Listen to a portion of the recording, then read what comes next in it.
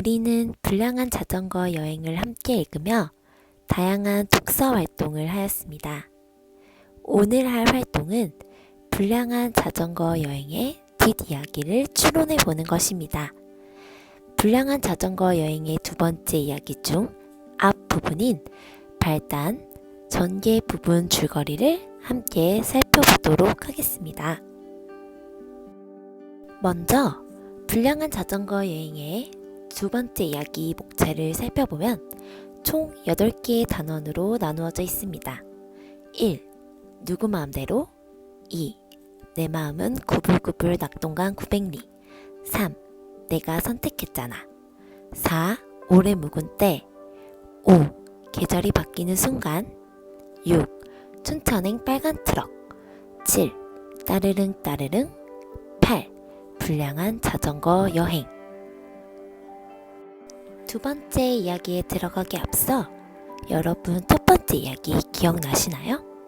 선생님과 함께 다시 떠올려 볼까요? 6학년 호진이는 몇 년 동안 싸우기만 하던 엄마 아빠의 이혼 결정에 화가 나 집을 뛰쳐나옵니다. 그 뒤 자전거 여행 기획자로 자유롭게 사는 삼촌을 찾아간 호진이는 낯선 사람들과 전국 일주를 하게 됩니다.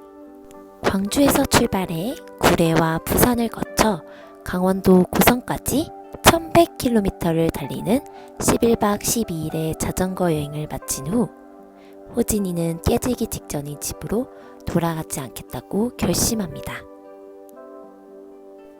호진이가 여행을 통해 배운 것이 있다면 길은 올라갈 때 지옥이지만 내려갈 때는 천국이라는 것.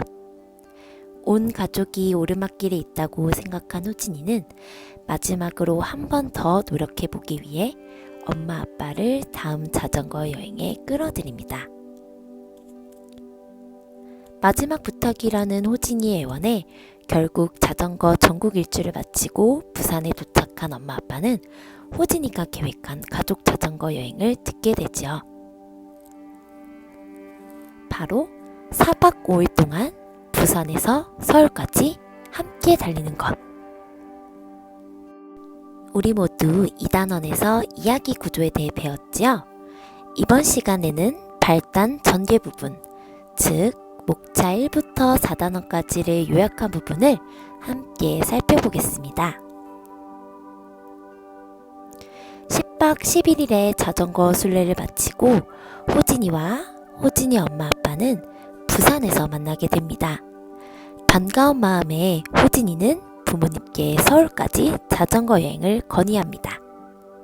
호진이가 부모님을 자전거 여행에 끌어들인 목표는 단 한 가지, 바로 부모님의 화해였으니까요.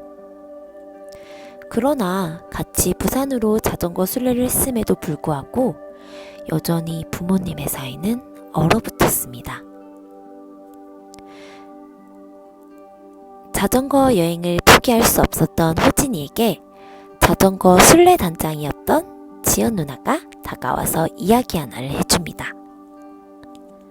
배불리 먹은 다음 푹 자고 일어나서 함께 이야기하면 가장 좋은 결정을 내릴 수 있다는 것이었습니다. 그래서 치연 누나가 알려준 방법은 바로 치킨. 치연 누나와 광수 아저씨 그리고 호진이와 호진이 부모님은 고창 치킨집으로 향했고 치킨을 두둑히 먹고 호진이 가족은 잠을 푹 잘 수 있었습니다. 치연 누나가 사준 치킨 덕분일까요? 아니면 충분한 음식과 숙면을 취한 덕분일까요? 부모님은 다음날 아침 호진이의 제안을 고민해 보기로 했습니다. 호진이의 제안은 바로 자전거 여행을 하게 된다면 부모님이 어떤 결정을 하든 그대로 따르겠다는 것이었습니다. 그렇게 호진이가 번 돈으로 호진이의 가족여행은 시작되었습니다. 하지만 호진이네 가족의 자전거 여행은 자꾸 삐걱거렸습니다. 자꾸만 앞질러가는 아빠와 뒤처지는 엄마. 그리고 물, 아이스크림으로 사는 간식비는 밥값보다 더 들어가 돈도 점점 부족해졌습니다. 심지어 잠을 자기 위해 머무른 모텔에서도 따로 자는 부모님, 점심도 따로 먹는 부모님. 호진이는 이렇게까지 멀리 와서 모두 따로 지내고 먹어야 하는 현실이 슬펐습니다. 자전거 여행을 하는 도중 비가 억수로 내렸습니다. 핸드폰도 젖었고 택시도 잡기 힘든 상황이었죠. 그때 마침 경운기 한 대가 지나가게 되었습니다. 경운기를 운전하는 할아버지 덕분에 비를 피할 수 있었고 할아버지의 따뜻한 배려 덕분에 할아버지 집에 당분간 머물 수 있게 되었습니다. 할아버지 집에서 본 일기예보에서는 며칠 동안은 비가 온다고 하여 자전거 여행을 하기 힘든 상황이었습니다. 그래서 호진이 가족은 할아버지 집에 잠시 머물게 되었죠. 그러던 중 어느 날 밤 잠에서 깬 호진이는 엄마 아빠가 한 방에서 속닥거리며 이야기하는 걸 듣게 되었습니다. 이렇게 이야기하는 거 오랜만이네.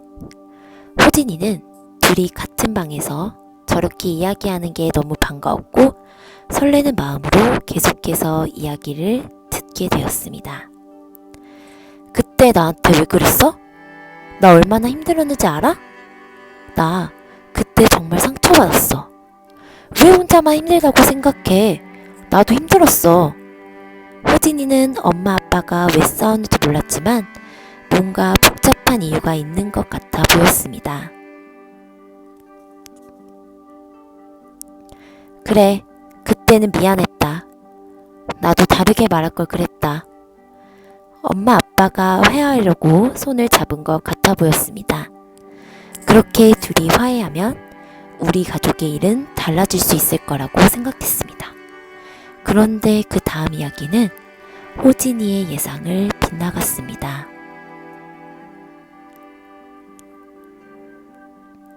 더 이상은 안 되겠어. 싸움은 그만하자. 그래, 이제 그만 싸우자. 당신한테 아무 감정도 안 남았는데 당신을 볼 때마다 지금까지 내가 힘들었던 기억이 떠올라서 안 되겠어. 그러니까 우리 여기까지만 해.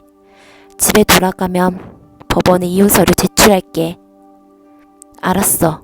같이 있을 때만이라도 호진이한테 잘해줍시다. 호진이는 귀가 고장난 줄 알았습니다. 왜 잘 나가다 갑자기 이상한 소리를 할까? 막아보려고, 바꿔보려고 했던 자전거 여행은 모두 헛수고로 돌아가 버렸습니다. 둘이 싸워서 내린 결론이 아닌 조용하고 차분하게 내린 결론은 무겁고 단단했기에 돌이킬 수 없는 결정이란 걸 느꼈습니다. 호진이 가족이 탄 배가 폭포 아래로 떨어지려는데 호진이는 마루에 누워 꼼짝할 수 없었습니다. 호진이는 그렇게 부모님의 이야기를 몰래 듣다가 참았던 눈물을 흘리며 잠이 들었습니다. 그 뒤 이야기는 어떻게 될까요? 호진이네 가족 여행은 호진이의 소원대로 무사히 끝날 수 있을까요? 선생님이 보여준 그림들을 보며 어떻게 이야기가 흘러갈지 추론해보세요. 그리고 그 두 번째 이야기를 여러분이 완성해보세요.